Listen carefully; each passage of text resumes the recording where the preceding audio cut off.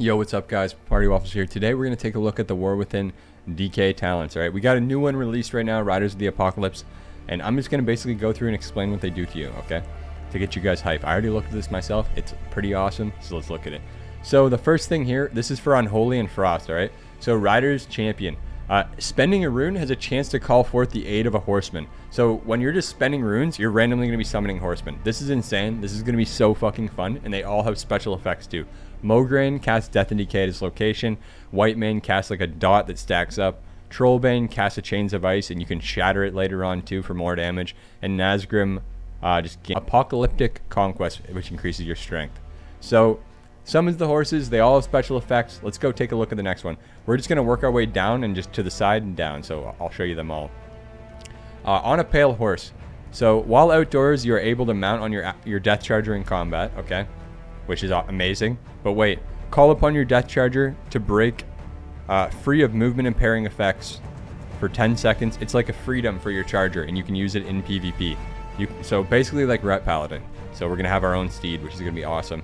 And then while we're outdoors, we can literally fight people on our mount. So how fucking cool is that, honestly? How cool is that? Next, we have Mograine's Might.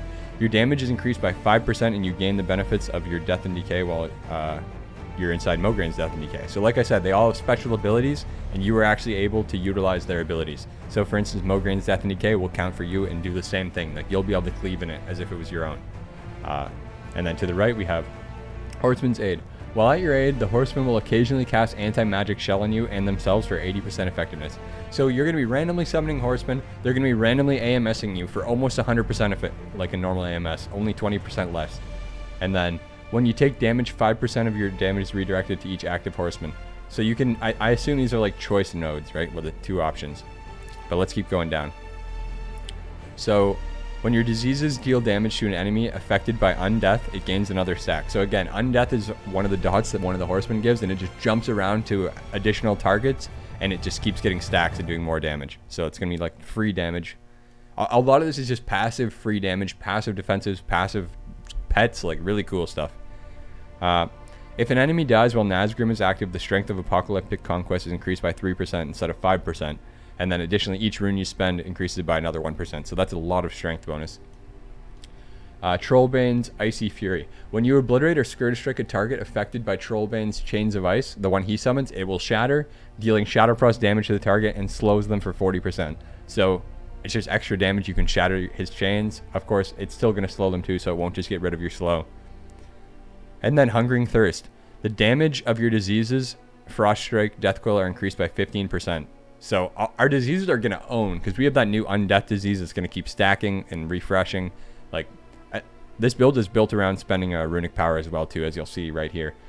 Fury of the Horseman. Every 50 runic power you spend extends the duration of your horseman by 1 second. Okay, so if you're spamming runic power, your horsemen are going to be out for longer. And if you're getting good RNG and you just keep summoning them, it could be insane. They'll just be out. Permanent pets potentially. Who knows? Feast of Souls. While you have 2 or more horsemen aiding you, your runic power spending abilities deal 20% increased damage and have a 10% chance to refund a rune. Okay, so this is going to be good because as soon as you pop your army, it's going to give you 4 horsemen. So your runic power abilities are going to be farming damage as soon as you press that, and be refunding runes potentially, which is going to be spawning more horsemen. I don't know if the horseman is capped at only 4 or not, but looks pretty fucking fun. I'm not going to lie. Mossworn Menace. The cooldown of your Horn of Winter and Holy Blight is reduced by 15 seconds, and Death and Decay is reduced by 10 seconds. Nothing crazy. I mean, it just makes your Unholy Blight 30 seconds. Death and Decay, I think, would be 20 seconds like Defile, which is kind of cool.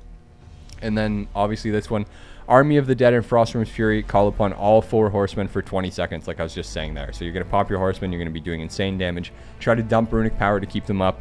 All in all, it looks pretty fucking fun, I have to say. This looks really fun. I really like the fact that you're just summoning random pets. It's kind of like Visions of in BFA Season 4. But yeah, so that's the Riders of the Apocalypse, guys. Super excited for that. Let me know what you guys think in the comments below. If you liked the video, give it a thumbs up, and I'll see you guys on the next video.